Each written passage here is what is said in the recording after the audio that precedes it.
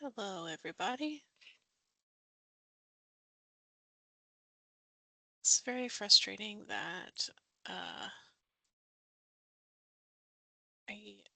the auto setting is to restrict mic and camera access for you all. So I'm going through and I am manually allowing everyone to be able to turn on their camera and mic.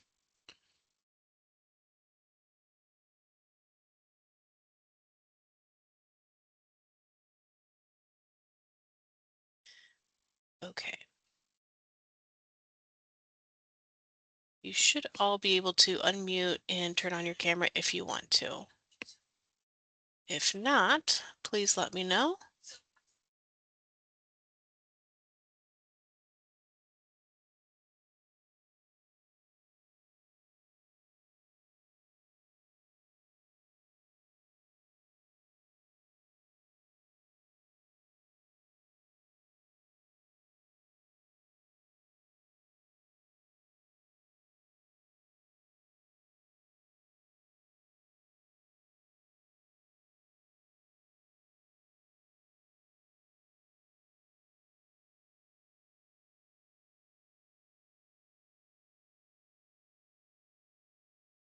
And we are recording. I just want to make sure everybody is aware of that as well.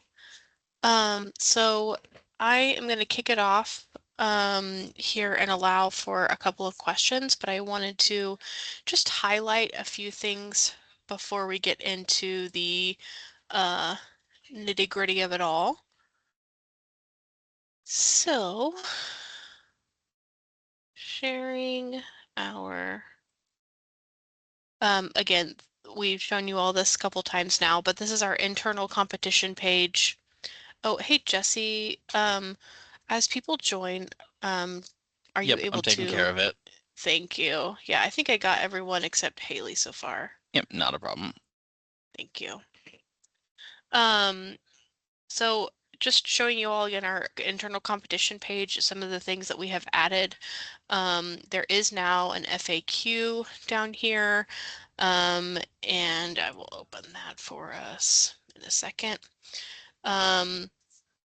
Most of the questions we're receiving at this point are on budgeting, rightfully so. So a lot of the, let's see, where else was I looking at? I think we may also add some tools down here. We have some like at a glance things from HUD on supportive services only, on like grant usage, things like that match.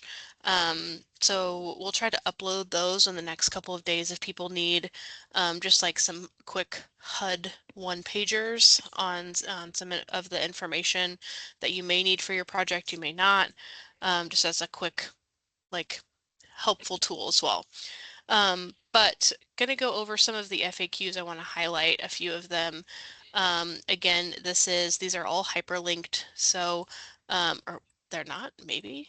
I thought they were, maybe not. It could also just be my Adobe because it doesn't like me. But any of the questions are in here. You can also obviously use like Control F search function, things like that. The biggest thing I want to highlight, trying to see who else is on the call, budget wise. So you are able to like partially transition and partially renew a project. I know Teresa's on here. I think that we've already talked to you about doing something similar with some of your projects. You can also, those of you who are transitioning to TH or like a renewal of a transition grant with your current project to a transitional housing. That's particularly for the RRH and THRRH providers who are transitioning to TH. You can really rework your budget. So we did receive confirmation from HUD. You don't have to serve the same amount of people that you previously have in your contract. Um, in fact, kind of the way transitional housing is really designed is to be very services intensive.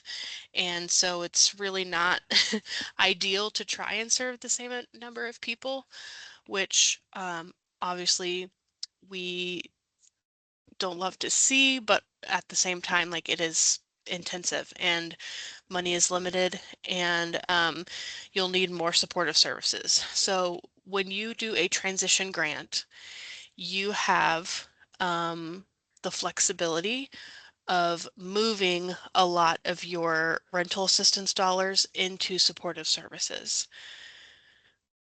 And that applies to whether you're doing, whether you're currently PSH and you are transitioning to TH, or whether you're currently in RRH or THRRH transitioning to TH. So anyone doing a transition grant of any kind, one project component to another, you can, you're limited by your total award amount, but you can mix things around within your budget. So if you are, we highly, highly recommend, pushing those supportive services to be, 30% of your budget, if possible. Okay. So I've got this FAQ up just for reference for everybody, and obviously you have access to it as well on the internal competition page, but I just want to open it up now for questions. Jesse. I just have one thing I want to throw out. For anyone who has submitted a new project application, just making sure you all know that in JotForm, the maximum possible score, separate from the narrative piece. The narrative piece is worth 45 points, possibly, but the JotForm portion is worth 77. We have had situations where JotForm is telling people their maximum points is 125, 122. Something was done with the scoring that has been remedied, but any saved application may still incorrectly show that. The section headers, the narrative pieces within JotForm that say this section can earn this many points, those are still correct. So 77 is the maximum points within JotForm. Anybody submitting who gets a higher number, if you have questions, reach out, we'll answer it. But no, you didn't get 120 on your new project application, because you can't. All right. That was the last thing I had to add, Megan. Thank you. Yeah, Teresa, thank you so much for reminding me about that. Okay, so right now, and Jesse, we need to get this new budget uploaded. I hadn't talked to you about this yet because I think you had to hop off the call before I let you know. So we noticed yesterday that this transitional housing project budget, there is at least one line item missing, and it's a pretty important one called direct provision of services. So I'm going to be adding that in and re-uploading this form. And we will make sure you like sometime by the end of the day, you will have an updated form ready to access.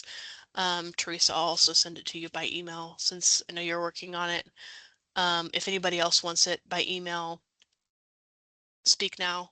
I can send it to you as well. Yeah, I apologize. That was a pretty important line item. Something I should also point out to you all. So if there is another mistake, oh my gosh, go away. Get out of here. Going back to our CoC grants manual,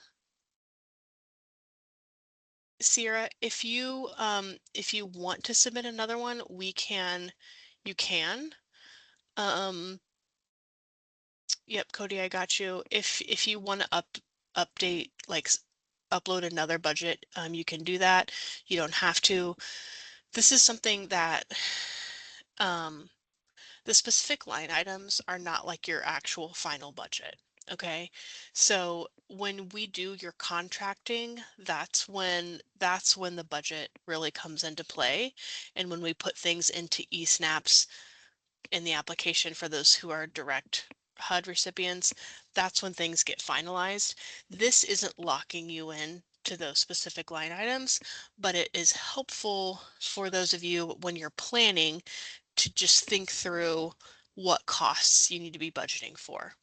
For example, in the supportive services section, going up here, starting on page 36 of the CoC grants manual, everything in this whole section is eligible. And so these line items should all be in that budget. And if I missed a couple, I apologize. I will get that corrected today and email it out to you / re-upload it. But again, if it's not, as long as your total supportive services budget is the number that you're wanting, that's all that like really matters for this internal competition. And we can always move things around and juggle at the time of contracting.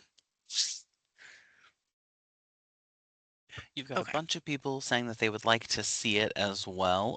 So we're making a list. Megan and I will send you a list of everybody who in the chat says they want that budget form, just so you know. Yep. But I'll let you continue moving on while I make that list. Cool. Yeah, so these line items in this should all correspond with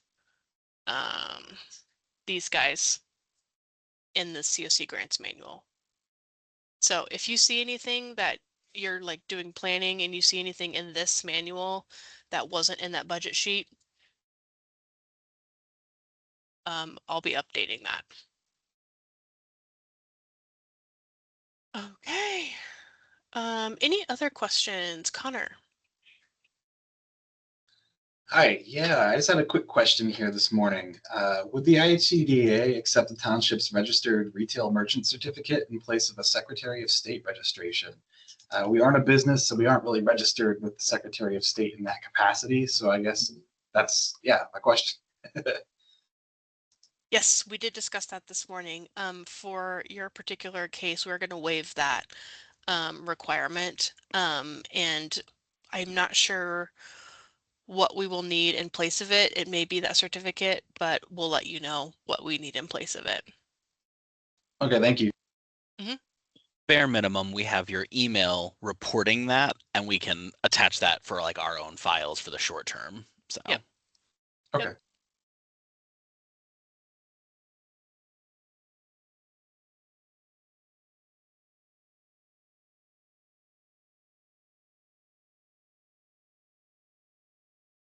Trying to toggle between the chat and the Q&A. Yeah, I always open the chat in a separate window. Pro tip. Yeah.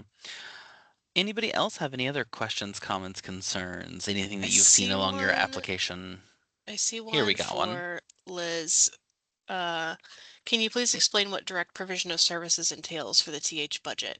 So Liz, go to that, go to the CoC grants manual. It's on page 46. I'm going to post the grants manual link in the chat for everyone. Page 46, direct provision of services, and there's a couple of items there. Most notably cost of labor, supplies, and materials, salary and benefit packages of subrecipient staff who are directly providing services. So this is one of those that goes hand in hand with case management. But yeah, read through that manual and let us know if you have further questions. All Okay. right, Megan, we have two more in the chat here. You said that you can change the budget at the time of grant agreement. While the grant is in effect, can we still submit adjustments / amendments to the budget throughout the course of the grant? Yes, yes, great question. Up until I think it's 90 days before the grant ends is when HUD cuts us off. So yes, there's budgets and amendments can be made throughout the term. Next one. For subpopulations, can we check all of the subpopulation boxes if our project is open to all, or must the project specifically serve that subpopulation to include it? Yeah, I think you can check all of them. I wanted to say, I thought we added a bubble that said all of the above. So I want to provide a kind of different opinion here, Megan, and see if you agree with me. I think the intent there is who you actively serve or any designated targeted populations your Yeah. project intends to serve. Yep. If your program is open to anyone, I would advise against checking every subpopulation because you aren't catering your program to those specific subpopulations. But you physically in job form can check multiple. Yeah, and that's not, that question isn't for points. That's purely for like to understand if you are like a shelter that's like primarily serving individuals with HIV/AIDS. And that's really a part of us making connections and making distinctions throughout the state of what services are available. It's not going to affect your score or whether or not you're getting funding. Next one on the list, can you explain the question, will this project be willing to participate in a mentorship with an existing grantee? What does that look like to you? Hmm. So for new projects, this is something that we were thinking about piloting.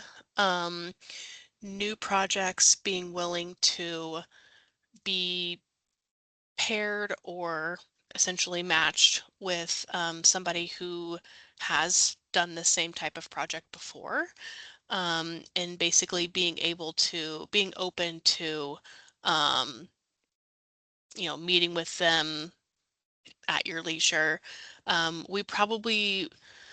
We haven't fleshed out like what the details of this would look um, like whether or not it would be like you must meet every month. Like probably not. It's probably going to be like quarterly or like whatever works best for you.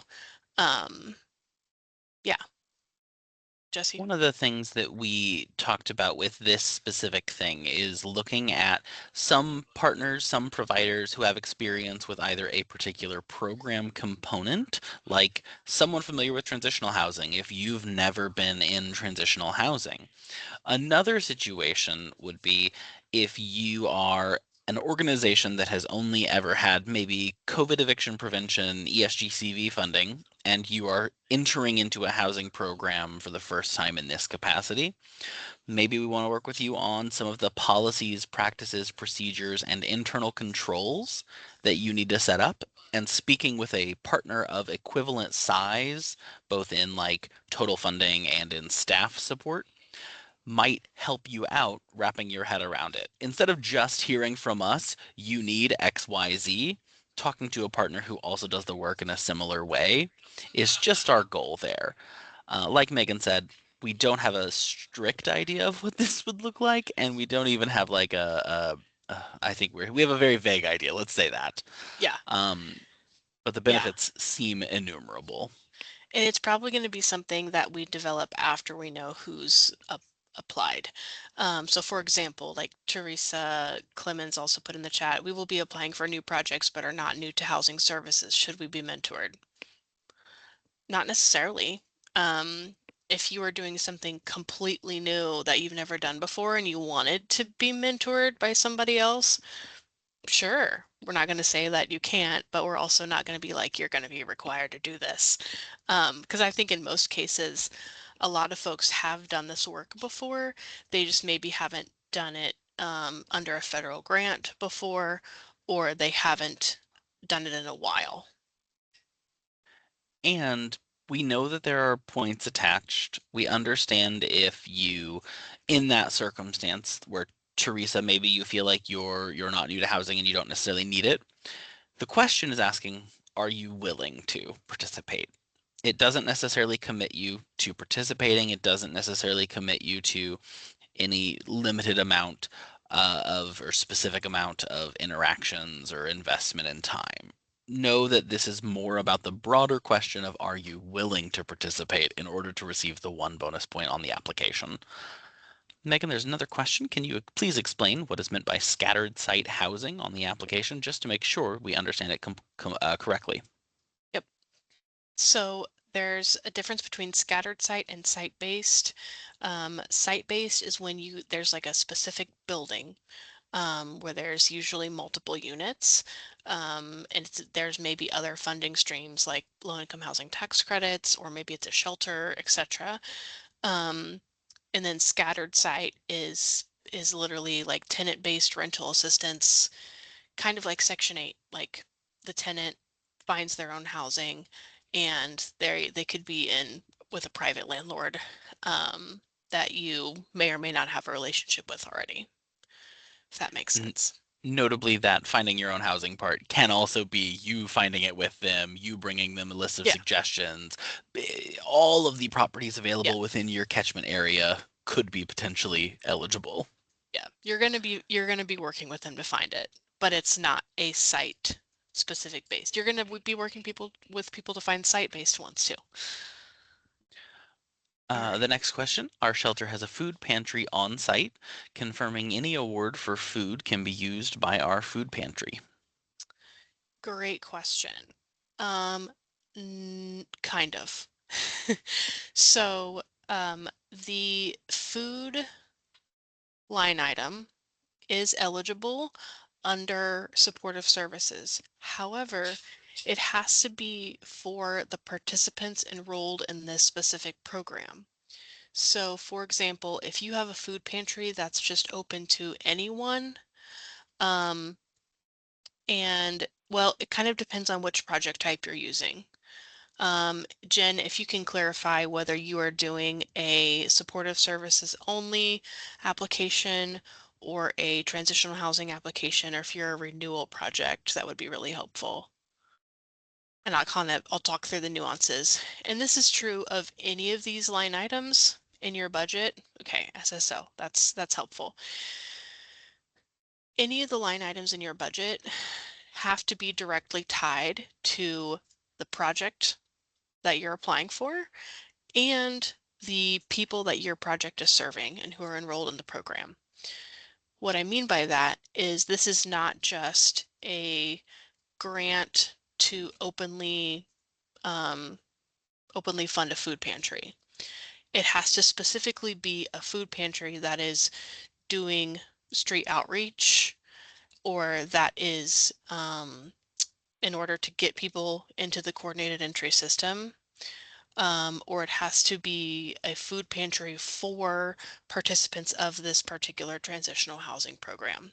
If you have a food pantry that's serving everyone, including participants of this housing program, it gets really difficult to distinguish who is in the program and who isn't. And you can't be like, oh, well, we had 5 of our program participants at the food pantry this week. That equates to, you would literally have to break it out of like, we saw about $500 of food go out of the pantry this week. We know of that $500, approximately $172 of it went to people from this program. That's how granular you have to get about these things if your program is in that situation. It's difficult and it's complicated. So, and this is kind of where mentorship comes in. And if anybody who's done this before wants to chime in and share their experience, I don't don't necessarily recommend it. If you are specifically doing a supportive services only, and you're doing like street outreach, um, and you're buying meal kits, or you're handing out Uncrustables or something when you're doing your street outreach, that is a line item that would be acceptable. Um, So long as, like you said, you're ensuring that all of that food goes to the participants in that particular program yeah, receiving those particular services. yeah, It's a big nuance, everybody, but I hope that that's clearer than mud. Yeah, yeah. I think food is one of the hardest ones, because it's just so varied. And you don't want to like turn somebody away and be like, "Oh, sorry, you're hungry, but you're not enrolled in the program." Um, Personally, I would recommend trying to keep food out of it unless it's program specific. Additionally, food is one of those areas where there are alternatives outside of CoC funding, and this is me getting on a tiny, tiny soapbox. But talking to your local groceries, talking to your local, I mean, groceries is the easiest one, but seeing when they have to get rid of their excess product, when they have to take things off the shelves, there's specific ways to try to bolster access to food in that capacity by using other resources.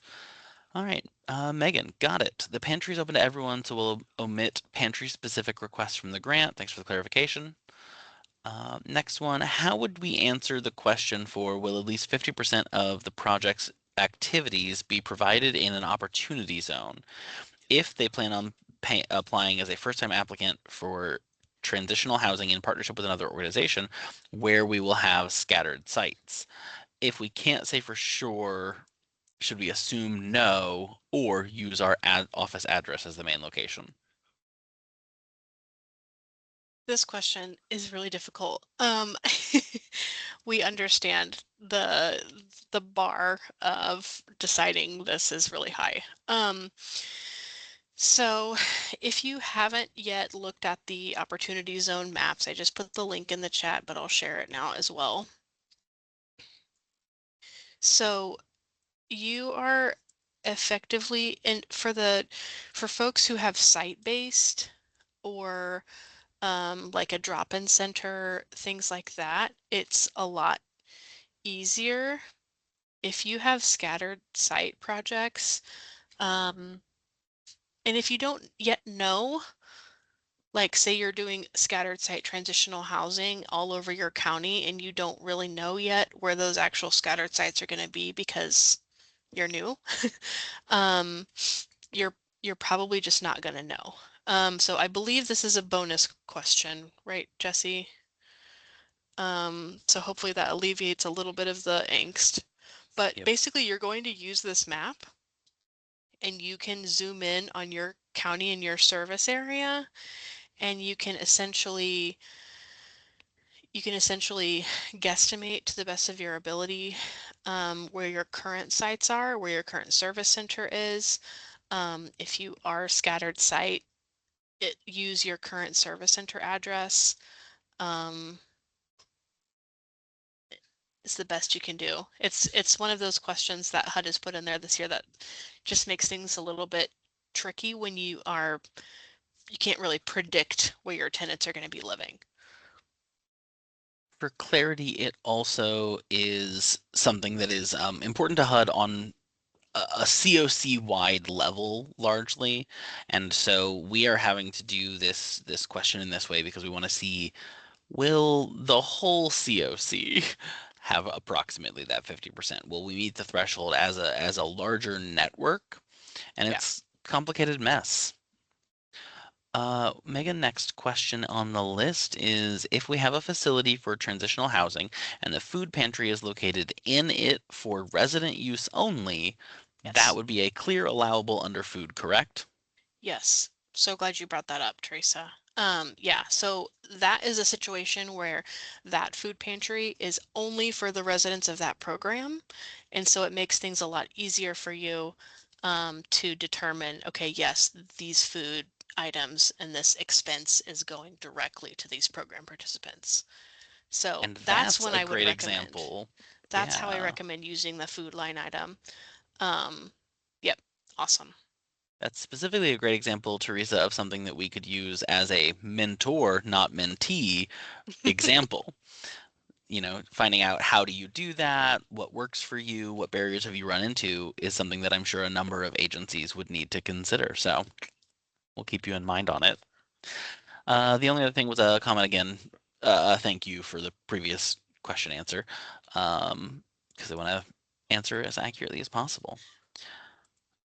Are there any other questions, comments, concerns that people have? And again, if you prefer, we've got everybody has access to unmute and raise hands and all of that, or type, whatever your preference is.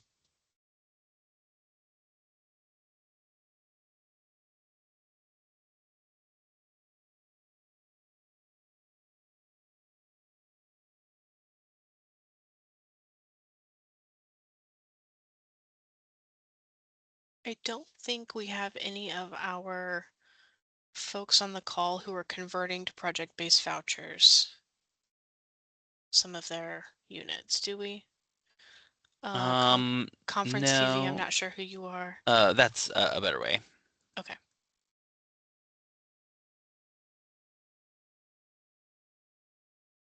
Yes, Sierra.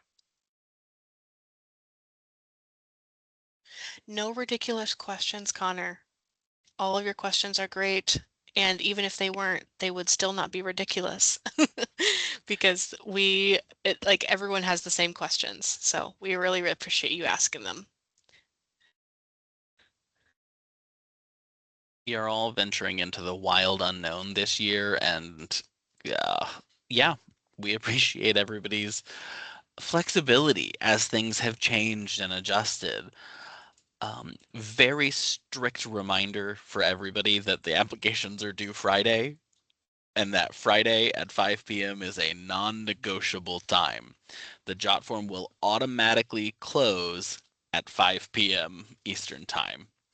If you try to submit at 5:02, you will not be able to submit.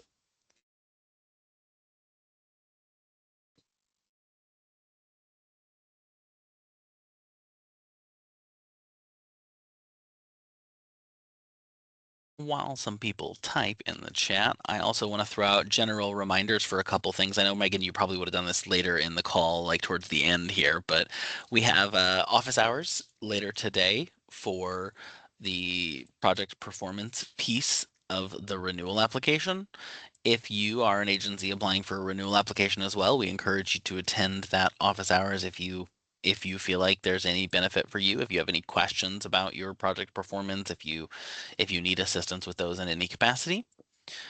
Additionally, we have the recordings for all of the prior webinars on that internal competition page. So if there's any presentation slides you need to review, any recording links that you weren't able to attend the recording for or the webinar for, please check those out.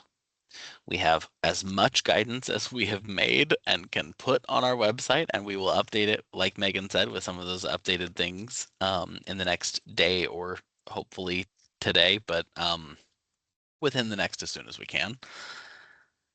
And we are still accepting if you need to reach out and have a one-on-one conversation with us. We're getting really close to the deadline, so it's harder to schedule this in a time that allows you to think critically about our recommendations afterwards. But please reach out if you need to have a call. We can do a bunch of things. You Teresa, that is a fantastic question that I'm going to let Megan answer. We can still submit, but still access and amend prior to Friday at 5, correct? Yep. You should, when you submit, you should receive an email from JotForm and it's like, thank you for your submission, blah, blah, blah. And then there will be a link in that email. And this is for each individual project. You will get an email for every submission if you have multiple projects that you're submitting. Go into that email that applies to that specific project, and there is the confirmation email has a link. You'll be able to get back in and edit. And we have had a number of partners already edit, correct, adjust their things. So the edit function has worked for some people, which is good sign.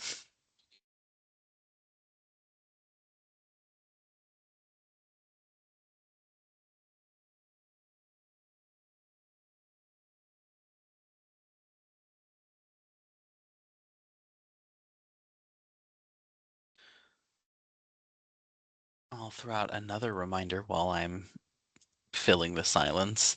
Um, I don't do great with silence. I The talk a lot. sound of silence.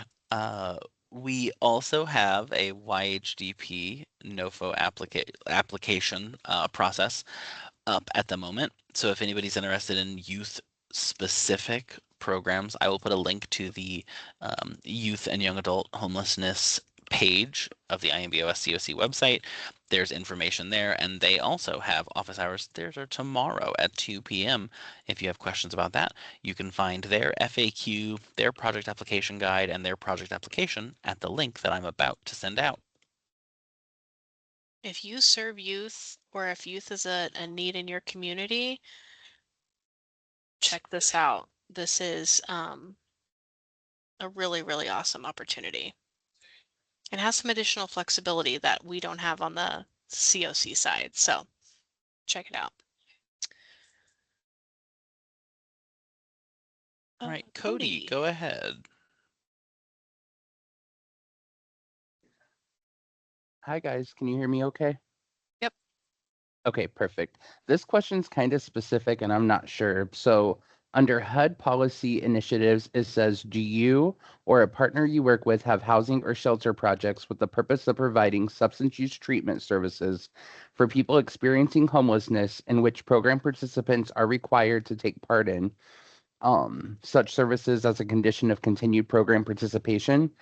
So I am partnering with our organization's partnering with a domestic violence like advocate organization that is a branch of a larger mental health organization. The mental health organization does have one home geared towards sober living. So even if that's not the DV organization that I'm working with, but they're a branch of the mental health organization, should I say yes because they're a part of that?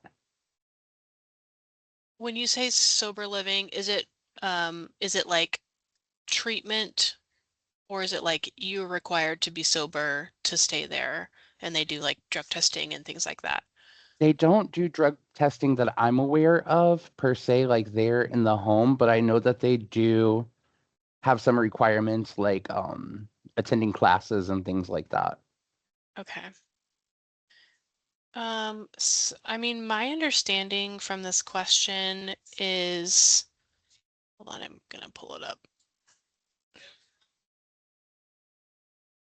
I'm sorry, I know it's specific, so No, this is a really good one. Um,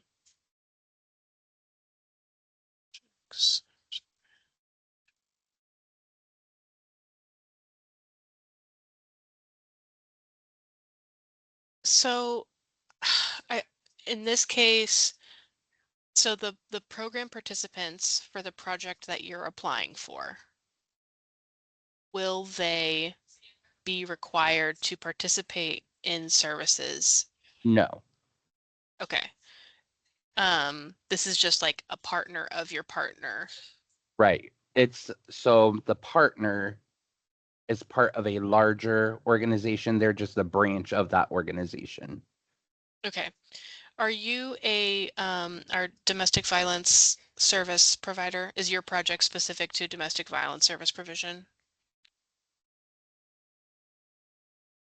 Our direct partner is, we are not. And our transitional housing, what we plan on applying for would be for survivors of domestic violence, stalking, and sexual assault.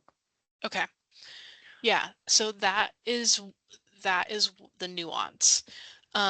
So HUD is requiring all projects to require services according to the NOFO, with the exception of those providing services to survivors of domestic violence, because that is against the Violence Against Women Act. VAWA prevents service providers from requiring service as a condition of participation. Um, and so HUD is wanting all of us to require services with the Um, exception of DV provision. Go I ahead, just want to Okay, jump Jason. and in on one thing real quick.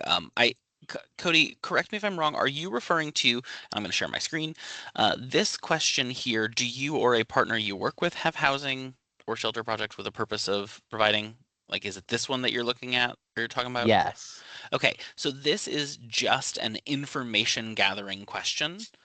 Oh, okay. This is to help us understand if there are projects in your community that we are not aware of who provide these services. HUD specifically is interested in substance use treatment services for people experiencing homelessness, and basically making sure that all of those are on our radar.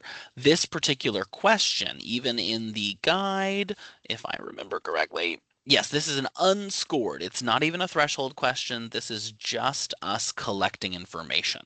So it's okay however you want to answer it. And if you select yes, there's a big text box that you can put in the context. You can tell us, hey, we have this, we're not 100% sure, here's the information we do know, yada yada. That's okay. That is Yeah. helpful information for us to have. What Megan was referring to was more the questions. I think it's actually literally right above this. Will your project require supportive service participation? And that's where she was talking about the exception for projects and the all partners are required to participate. I just wanted to draw the distinction for anybody who was looking at that. Yeah, thanks, Perfect. Jesse. And Yeah. then in a lot of the narrative that I used, answering those narrative questions, I did put that we aren't necessarily requiring it, but we are encouraging it and having resources available for individuals that want to participate. So that would be fine since it's DV, right, Megan? Yep. Megan and Jesse? Okay. Yep. Perfect. Thank you guys. Yeah, thank you. Great All question. right, Megan, we've got 2 more questions in the chat here.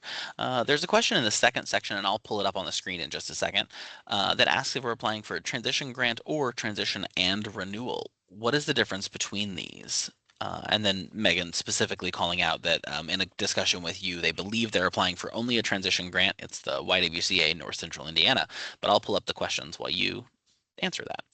Yes. So remember, a renewal is you're renewing your project with current project type. So in the case of YWCA of North Central, that is currently a I believe your THRRH or your DVRRH, sorry.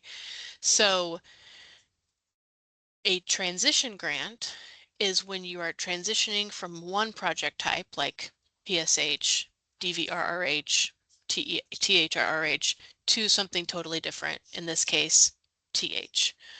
The only transition options are some kind of permanent housing, whether it's PSH or some kind of RRH, to either transitional housing or supportive services only.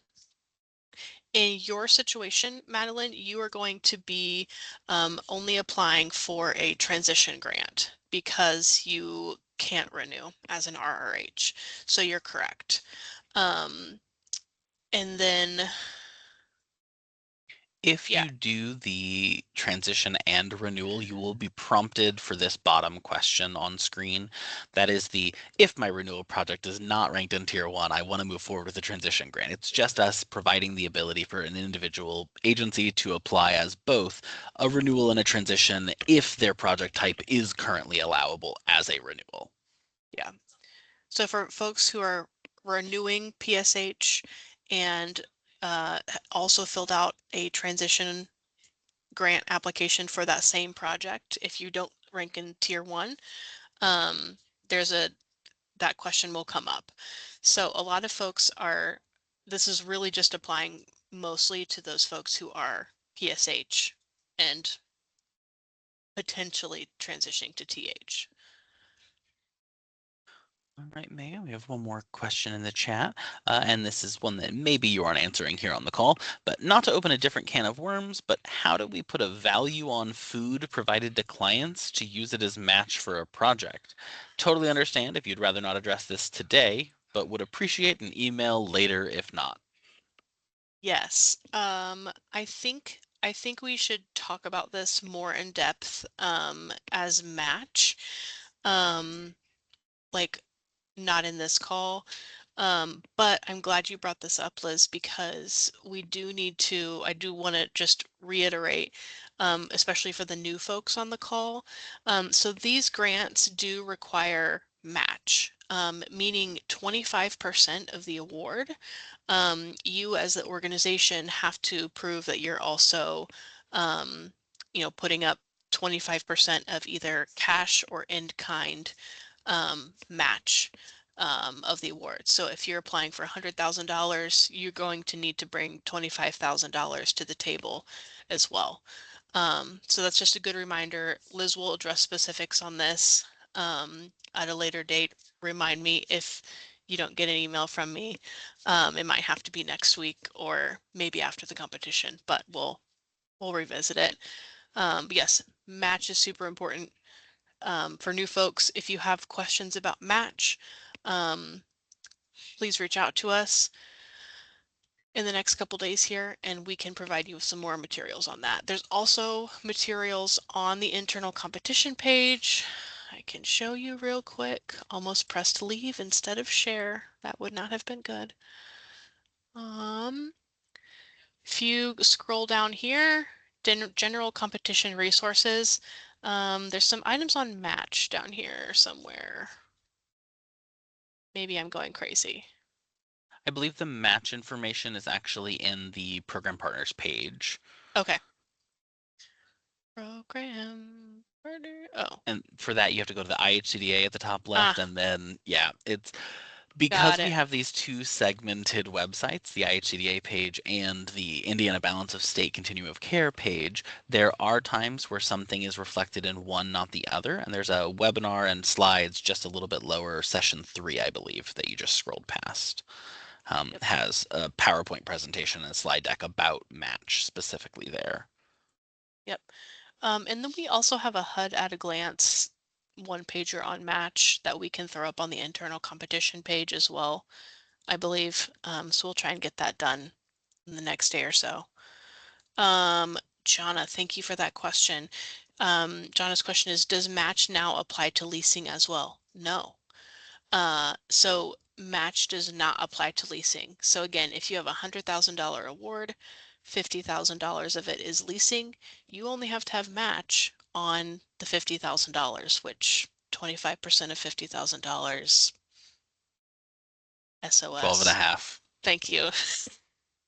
I was like 2.5 times like 12 and a half thousand. So 12,500. Lord have mercy.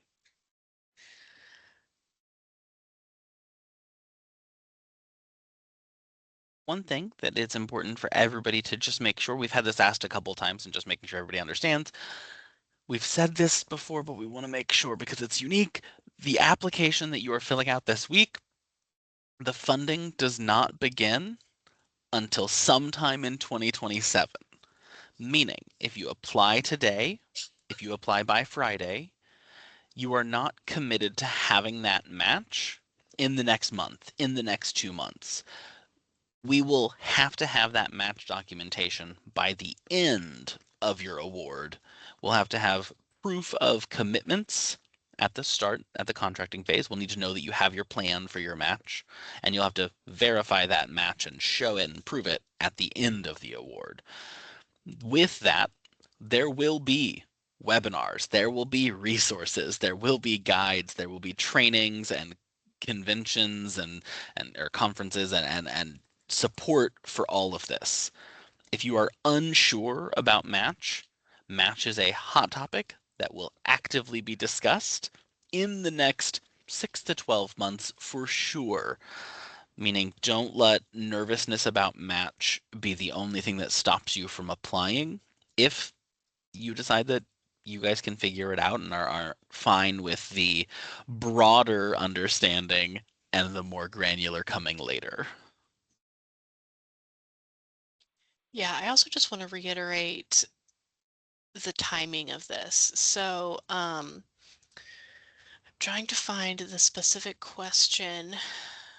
Here we go. So we've had a lot of confusion on timing, rightfully so. HUD does not make this easy for us. So there's the fiscal year, and we're looking at fiscal year 2026, that is the application for this future funding that we're applying for and talking about today. We are currently in calendar year 2026, so I get that that's confusing, but fiscal year 26 is actually not going to begin until at the earliest 2027. And many of you maybe even not until 2028. So those of you who are renewals are, if depending on when you renew, you are currently funded through fiscal year 2025, which is either you already began in this year, like this calendar year. Some of you may even have fiscal year 2025 funding almost through calendar year 2028. So just want to clarify that a little bit. It might help to like literally map it out on your calendar. We can make some more we can have more calls too if you need that assistance. Okay, I'm trying to think of what else has been kind of like frequently asked questions. I feel like there have been so many, but literally all of them are escaping me at this moment. Yeah. There are easily going to be things that we did not think to answer here. This is our last application-specific office hours. Feel free to shoot us emails. Feel free to reach out. If you think of a question immediately after this webinar ends, that is okay. We are here to help. We are here to answer as best we can. Again, we encourage sooner rather than later. Like Teresa mentioned, you can submit and edit your application up until Friday at 5 p.m. Please, please, please do not miss the deadline. There will be very little, if anything at all, that we could do about that. The deadline is very, very firm. You must submit prior to Friday at 5 p.m. And that's Yeah. for renewals and new projects. In the past, we've been able to be a little bit more loosey-goosey. That is not the case. We can't do that this year. I say that as a fellow procrastinator and someone who is constantly hopeful that they can like figure it out at the last minute. Unfortunately, that is exactly what we have to do because we literally have like 3 days to get all of the scoring done. Oh, that's a good point to bring up. Scoring. So the scoring process is there is a policy in the internal competition policy guideline document that's on the internal competition page. You can read through it, but basically the high level version is once all of the projects are in, those that are renewal projects, those are pretty much all of those questions are objective. And so those are going to be scored by IHCDA staff because they're not necessarily scored. It's like pretty straightforward. Whatever you've provided is going to be your score. There's not really anything in there that's going to be subjective or like may be affected by an opinion or anything like that. So that's going to be our PSH renewal folks. If you are a new application or a transition grant, also considered a new application, all of those are going to be scored by the Indiana Balance of State board members, the CoC board members, and then a couple of members from our youth advisory board as well. So we have a rubric that Jesse's put together. It's color coded, it's beautiful. I think you all will be very pleased with the standardization. We are just really focused this year on making everything clear and fair and transparent because you know the nature of this competition has been kind of chaotic, and we are anti-chaos over here. So that rubric will be given to all reviewers, and then they will be randomly assigned the applications that come in, entirely random. and the reviewers will submit their scores. We will average the scores if there are multiple reviewers on each app. And then we'll kind of see where all of those chips fall. And there's going to be a few days in there where we may be reaching out to you and saying, hey, you are a PSH program that is right on the bubble. Or maybe you're a high scorer and we really need to get the bubble up, and maybe you didn't utilize 100% of your funds. Can you reallocate $30,000 of your funds to the greater pot so that we can save some more units in tier one? You may be getting those calls from us.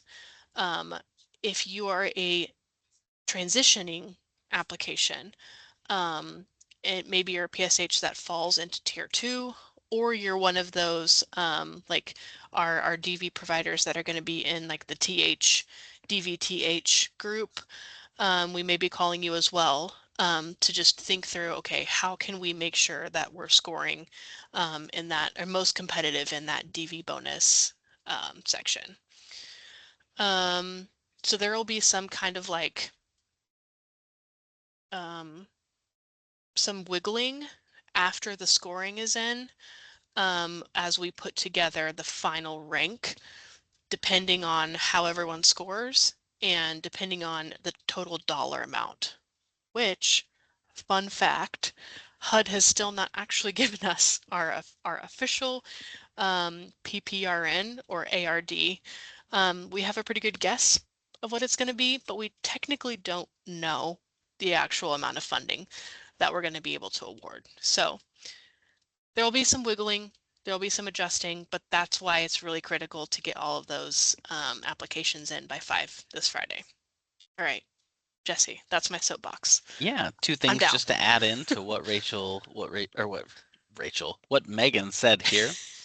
Uh, First, the panel of reviewers from the CoC board are specifically the non-conflicted board members. Goes without saying, but I wanted to make sure to say it. No conflicted, no board members from a CoC funded organization will have a hand in either scoring or voting to approve the ranking. Those individuals are not allowed to participate in those discussions. Secondly, one example of a time where we may be reaching out in the period from application submission deadline until board approval is specifically for some of those newer projects as well. You may have applied for a budget of $100,000, and maybe when all the dust clears, all the things settle, the CoC is eligible for a possible $50,000 more. We might reach out to you to see, could your program operate on 50,000 instead of 100,000? Or if we had 80,000 in the pot, could your program operate on 80,000 instead? That will be dependent on individual project scores, meaning if your project scored the next in the line based on the prioritization in the scoring and ranking policy, you may have us reaching out to you.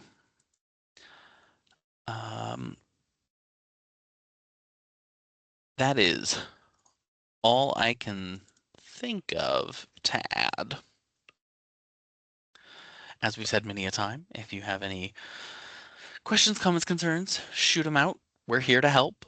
We know that there will be something that we did not answer here. We're sure. And, no judgment. Again, no such thing as a stupid question. It's all chaotic. We want to help.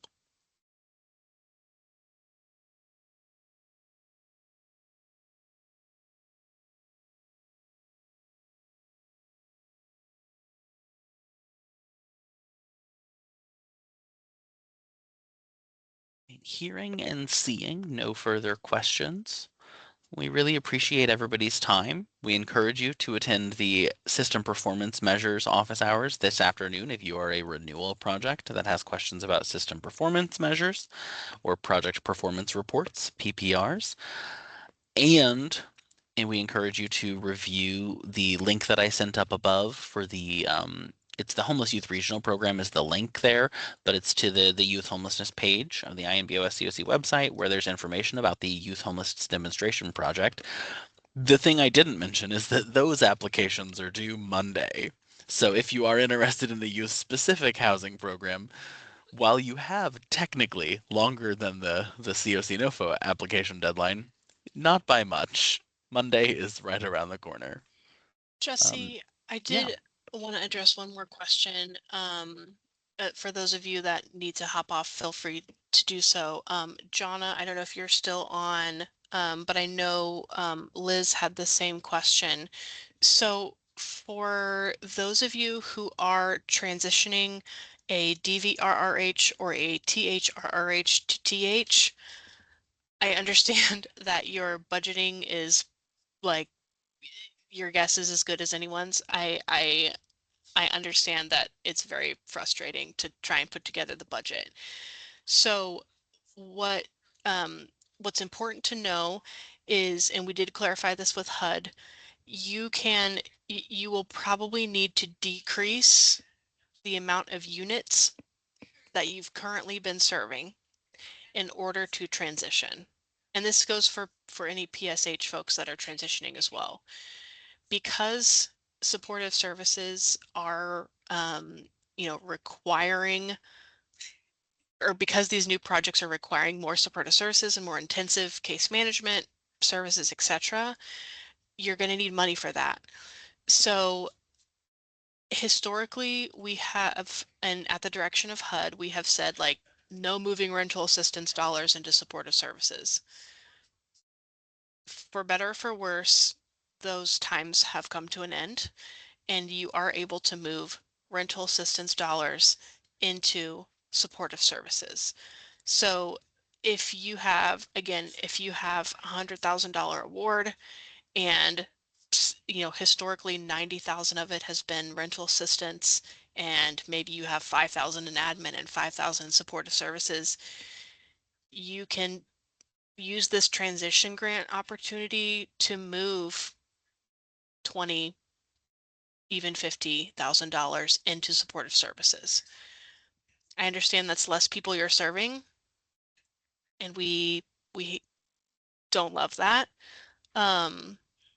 But it may be required through this program shift to make it work. So hopefully that answers that question a little bit, but feel free if you guys still have other questions, if you want to talk through it. Jonna, I know. I'm glad you're still on. If you had anything So, to add. yeah, well, I just want to follow that up. Okay, so historically, we've had 13 units of scattered site transitional or leasing and 10 units of rapid. So are you saying that we should just apply for the 13 units of transitional and not try to increase those at all to accommodate this? And how will that look, decreasing our units that much? So will those rapid folks be moved off the program by the time this transition happens? Yeah, we'll probably start doing our transition next year, like we talked, start moving money around in next year's grant to um to transition them off. Um yeah, I don't know exactly how that works either, Yeah, but and it's probably going to kind of depend on what you need for supportive services. So okay. if you already have, like we have some Medicaid providers who have been really leaning on that for supportive services, or if you have other grants, if you need those dollars to increase your services to meet all these new requirements, you're going to have to move rental assistance over into services. Um, just to keep the program Okay. running, if you don't have another source. If you have another source and you can still meet these transitional housing requirements, you're in good shape. Okay. But we know that isn't the case for everyone. Thank you, Megan. Yeah.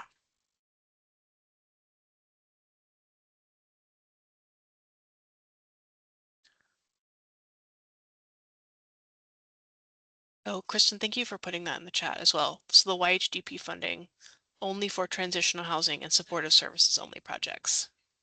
Yes, No very PSH or important. RRH.